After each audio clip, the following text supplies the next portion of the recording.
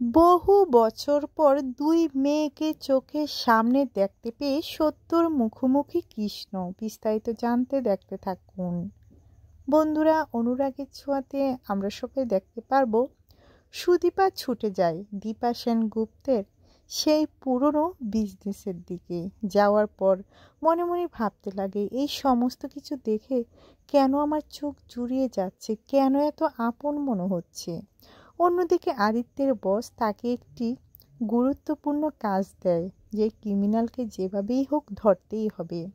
অন্যদিকে নতুন ষড়যন্ত্রে মেতে ওঠে কৃষ্ণ। কৃষ্ণ তার ফোনে দেখে নিচ্ছে চৌধুরী পরিবারের সকলে ছুটে গিয়েছে, সেই সঙ্গে সুদীপা ও পরমাও আছে।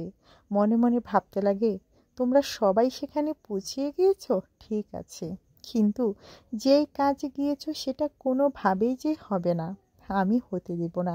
সেখানে আমার ওষুধের গোডাউন তৈরি করব, 2 নম্বর ওষুধ সেখানে চলবে।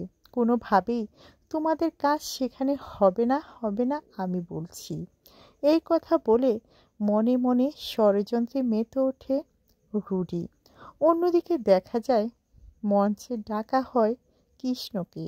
বলে, কৃষ্ণ আছে, উনি হলো বিজয়ী। যেটা শোনার পর সবাই পুরো চমকে যায়, হা হয়ে তাকিয়ে থাকে কৃষ্ণের দিকে।